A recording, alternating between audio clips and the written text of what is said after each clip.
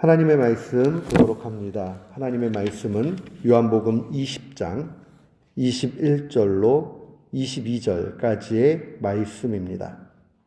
요한복음 20장 21절로 22절 말씀.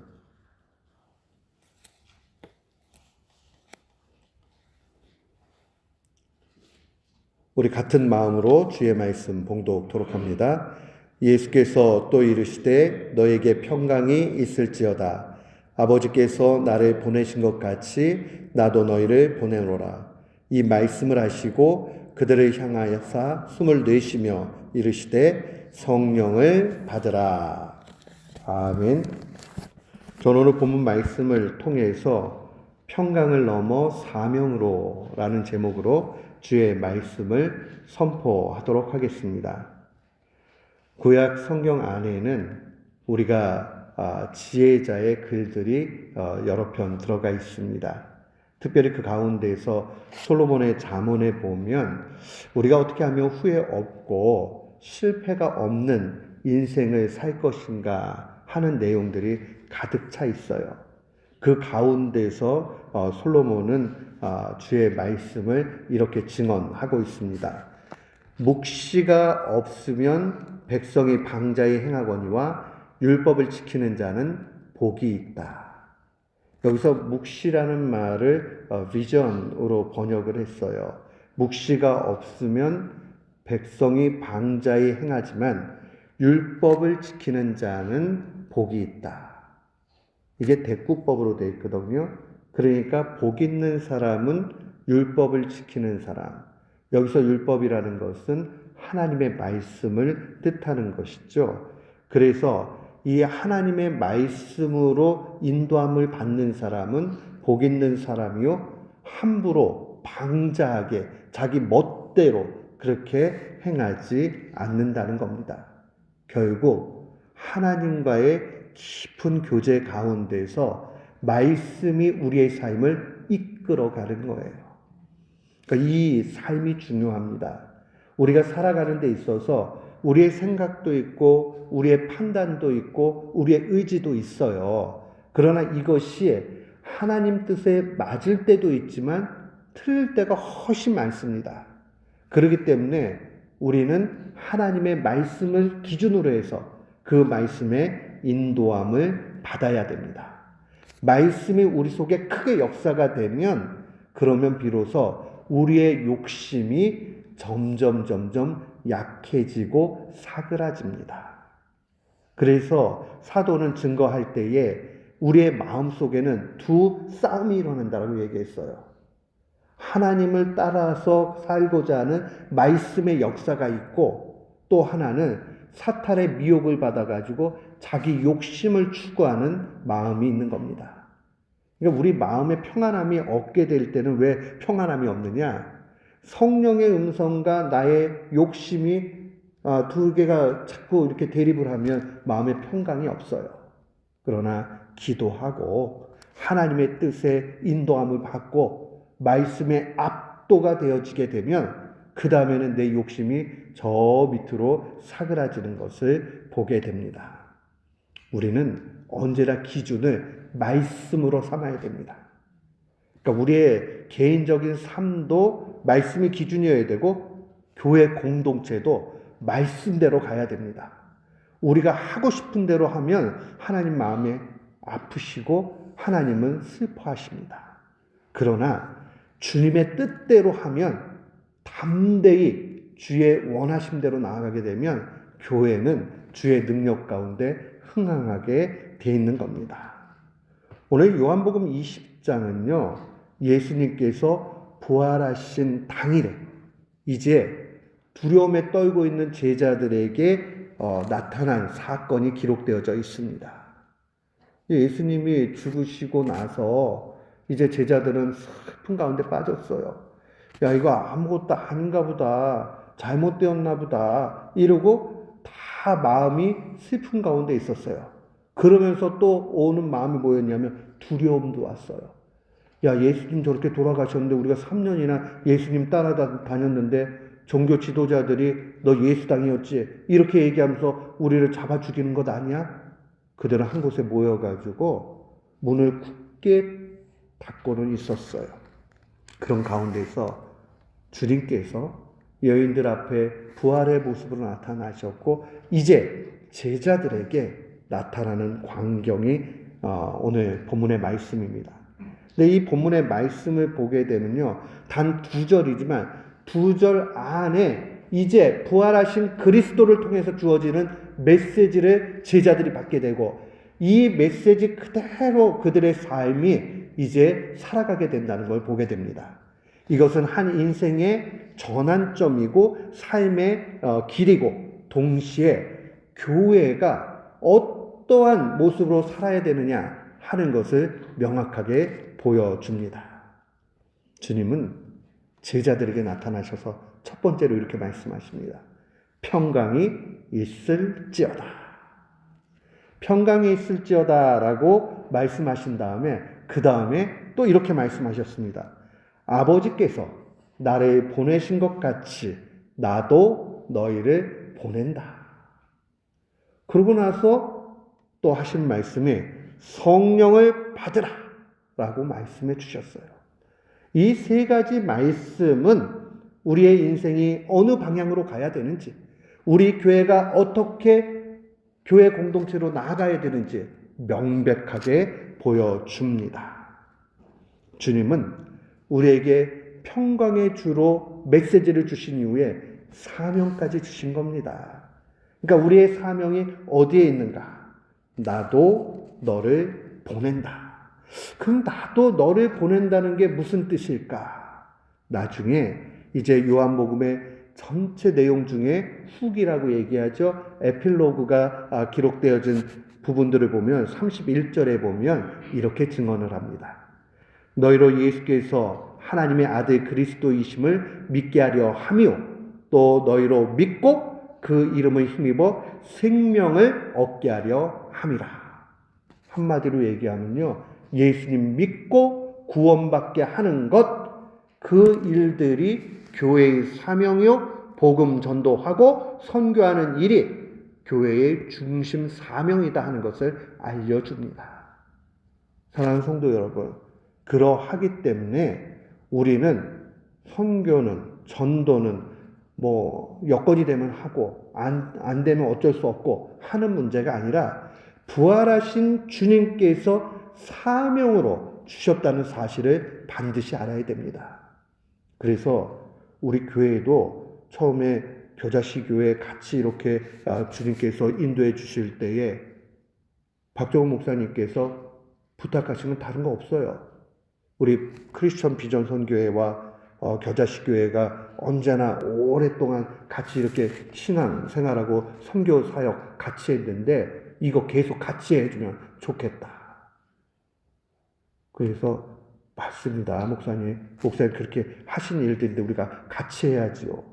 그래서 지난 시간들 속에서 같이 선교의 사명들을 감당하고 있다는 것 얼마나 감사한지 모릅니다. 우리가 예수 그리스도로 말미암아 구원을 받았다면, 그 확신이 있다면 마땅히 그 가운데서 복음을 전해야 할 것입니다. 부활의 현장을 직접 경험한 신자에게 중요한 것은 사명입니다. 사명이 없으면 방향을 잃게 되어져 있습니다. 그래서 신자와 교회 모두가 어떠한 사명을 가지고 살 것이냐 하는 것이 미래의 삶의 질을 결정합니다.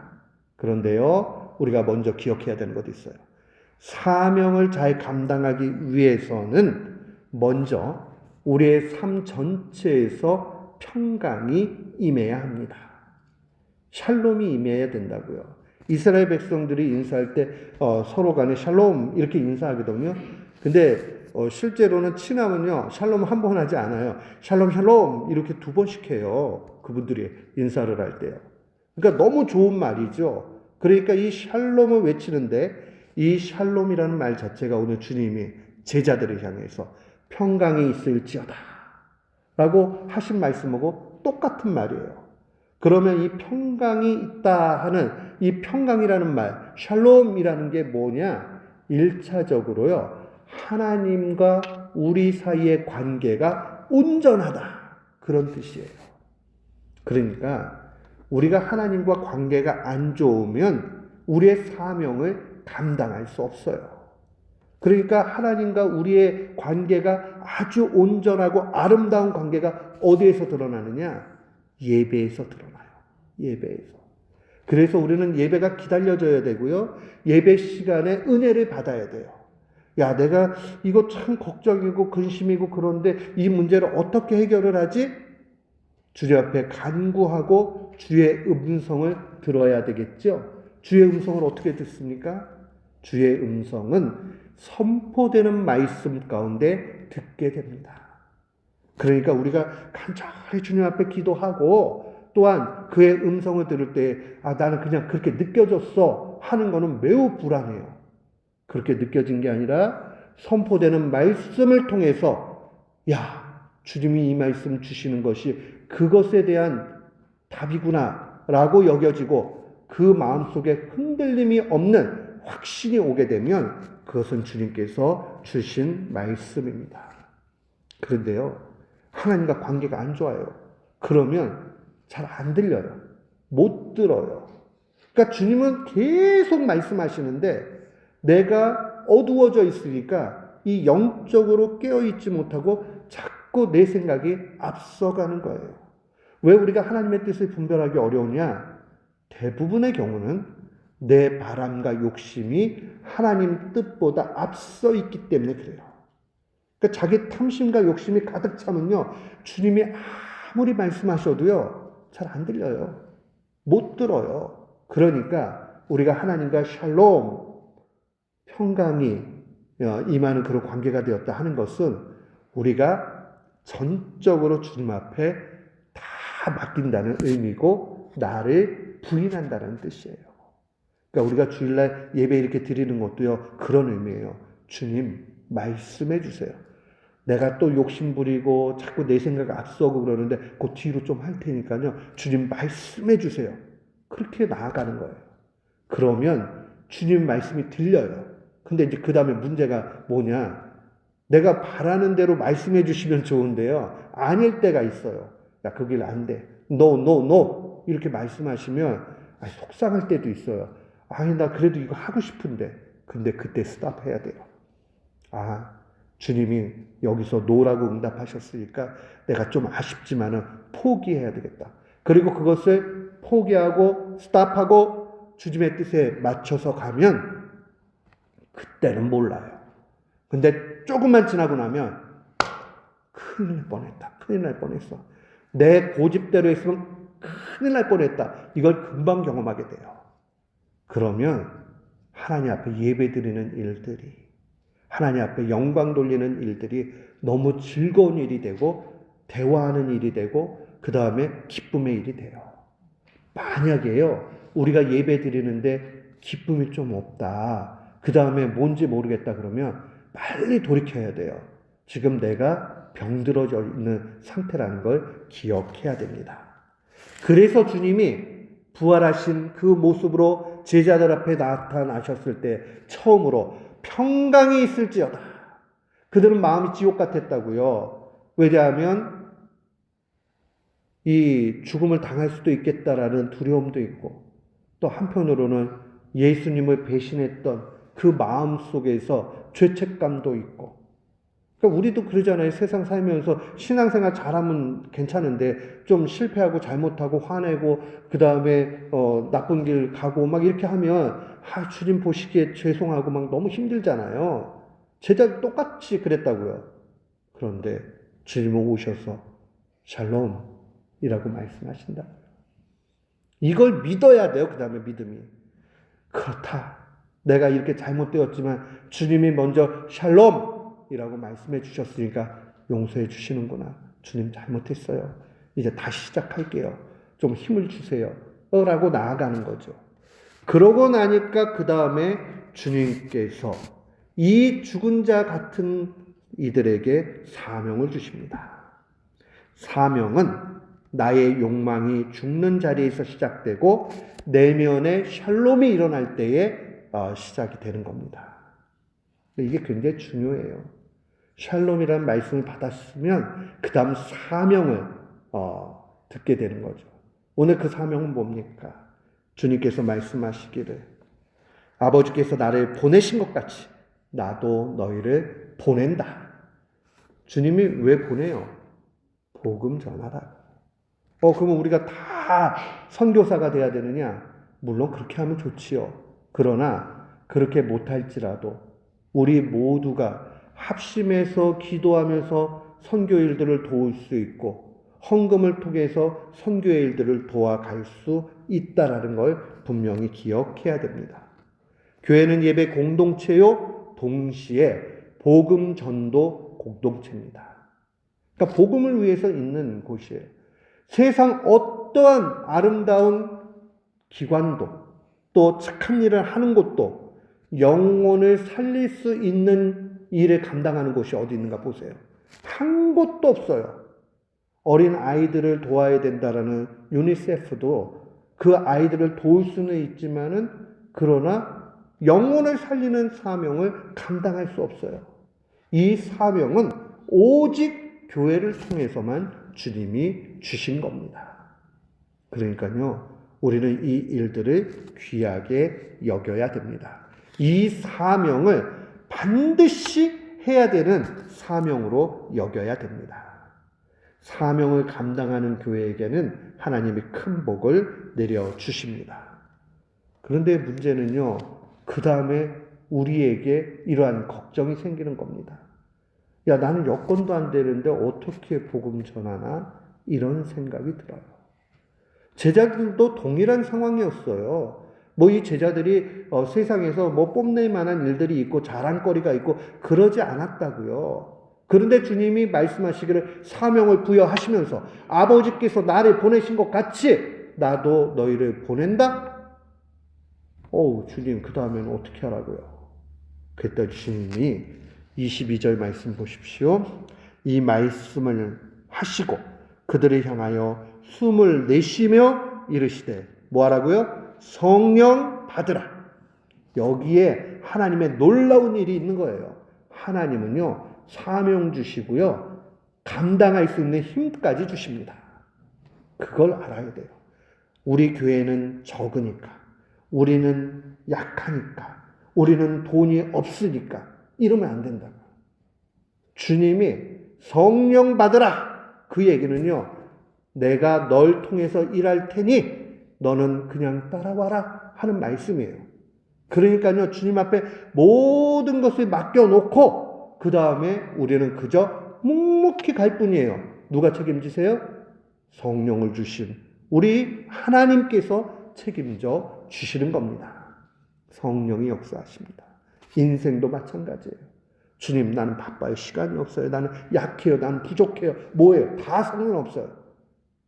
주님이 사명 주셨으면 성령까지 주셔서 감당할 힘을 주십니다. 그러니까 한마디로 얘기하면요, 모든 것을 하나님이 다 하시는 거예요. 평강도 주님이 주셔, 사명도 주님이 주셔, 행할 성령도 주님이 주셔.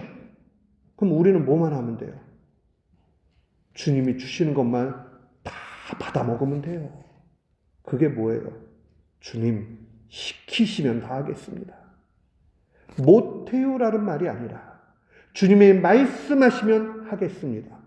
어린 사무엘이 뭐라고 얘기해요? 주님께 주여 말씀하옵소서. 종이 듣겠나이다. 사무엘의 심정이 우리 가운데 있어야 됩니다. 성령을 받으면 다 받는 것입니다. 능력을 받은 겁니다. 성령 받았다라고 그러면 다 받은 거예요. 아니, 성령 받았다고 물질 받은. 주님이요, 일하시는 방법이 아주 독특하세요. 내가 일을 하지 않아도 주님께서 사명 주시고 성령을 받게 하셨으면 또 성령 받은 이로 하여금 그 물질을 보내주시기도 하세요. 다양하게 주님이 일하신다는 걸 우리는 인정해야 됩니다. 그래서 주님이 이렇게 말씀하셨습니다. 오직 성령이 너희에게 임하시면 너희가 권능을 받고 성령 받고 권능 받고 이 말이요. 거의 동시적이라고 보면 틀림이 없습니다. 성령 받았다 그러면 그 사람 능력도 받은 겁니다. 예루살렘과 온 유대와 사마리아와 땅 끝까지 이르러 내 증인 되리라 라고 주님 말씀하시는 겁니다. 자, 보십시오. 주님이 삼아주시는 거예요. 성령이 임하시면 권능 내가 준다. 그리고 너는 제자가 증인이 된다. 라고 말씀해 주시는 거예요. 얼마나 감사해요.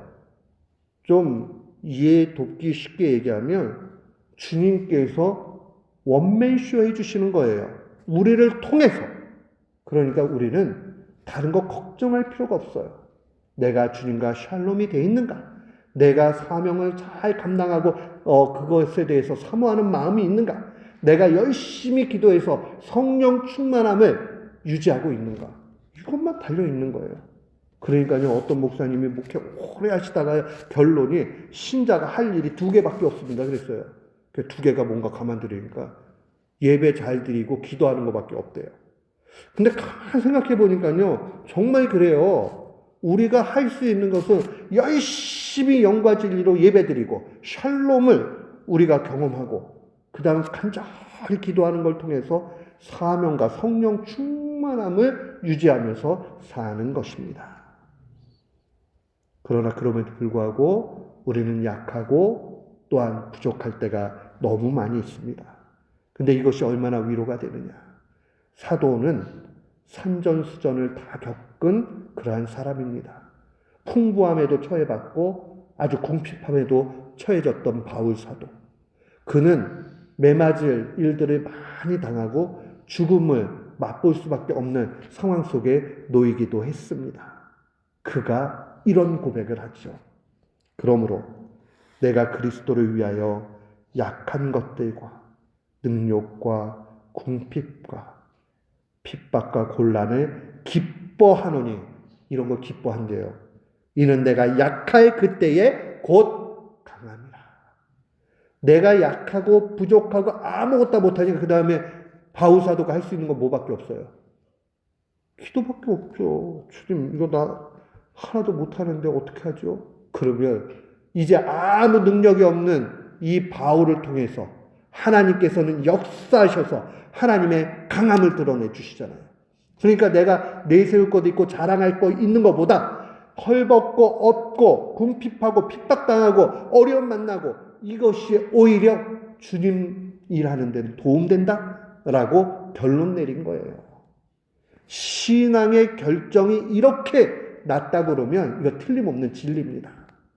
그러니까 뒤집어서 우리의 삶으로 적용하면 나는 나이가 들어서 연약해지니까, 나는 물질이 없으니까, 나는 못 배웠으니까, 나는 이게 부족하니까, 그게 오히려 주님 안에서 강함이 되고 의제가 되는 줄을 믿습니다. 아멘.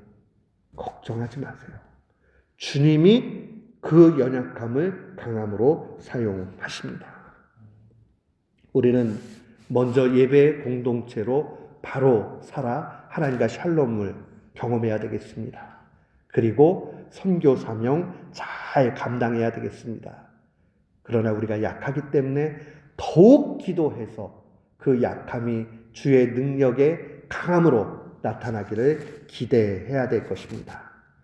우리는 작고 자랑거리가 없고 빈털터리 일지라도 주님은 이걸 통해서 일하시기를 기뻐하십니다. 그 사실 기억하고 주님 앞에 모든 것을 맡겨서 평강이 임하고 사명 감당하는 귀한 우리 교회가 되기를, 또 크리스천 비전 선교회가 되기를 주님의 이름으로 축원합니다. 아멘.